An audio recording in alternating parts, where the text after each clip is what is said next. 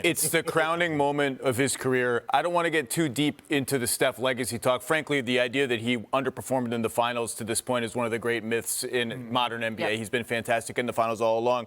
But the image that will always stick with me from this finals is the emotion welling out of him, the tears welling out of him as the game ended. Emotion we haven't really seen from him, and it just shows you the journey they've been on, the injuries to Clay, KD leaving, going into the abyss, to dig their way out with a team that RJ said, it's not the super team. It's not the super talented dynasty team. And I just want to take, aside from all the Steph mania, two guys I want to shout out. Every championship team has got unsung heroes. Kevon Looney's, Otto Porter. Two guys I want to spotlight. One, I know we talk about it all the time.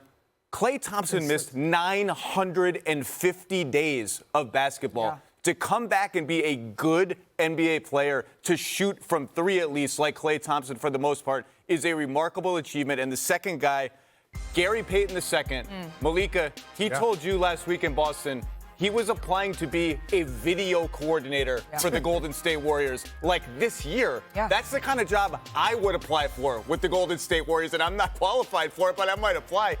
I don't think they win this series without his combination of defense, timely rim running, fast break buckets. It's an absolutely incredible story. And sometimes these human stories get lost amid the legacy. Durant, what does it mean? Like, Gary Payton II is an incredible story, and so is Klay. Yeah, that's why people were so, like, everyone knew that he was a key to their run.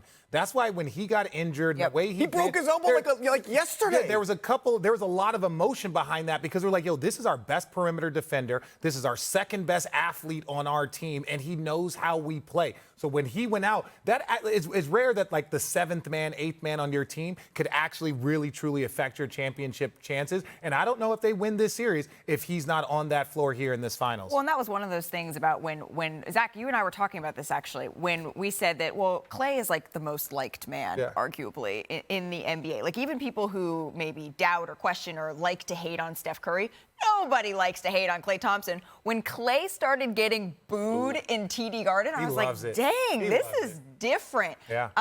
Perk, what's your favorite moment, do you think, from My favorite moment is we have so many stories. We talk about Klay, we talk about Steph, Gary Payton II, but the best story of them all is Andrew Wiggins, right? And they have an old saying, right? Another man's trash is another man's treasure. Yep. And that's the way I'm looking at this situation when I look at Andrew Wiggins. We're talking about a guy who's the #1 pick, who had a lot of pressure on him, and a lot of people were saying that, you know, he wasn't living up to the standard. He couldn't be this, he couldn't be that. Well, guess what? He actually was the second best player in the NBA Finals outside of Steph Curry. And the way he defended, trust me, look, not only in the finals, but against Luka Doncic. And people will say, oh, Luka shot 51% against him. Well, that's why I don't get caught up in percentages. Because sometimes it's the shots, it's the wear and tear that affected him, meaning I'm going to pick him up full court. Okay, he may hit a couple shots in the first, second, or third quarter, but by the time you got to the fourth, Wiggins had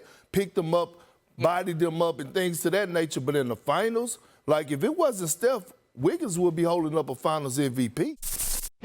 Thanks for watching ESPN on YouTube. For live streaming, sports, and premium content, subscribe to ESPN+.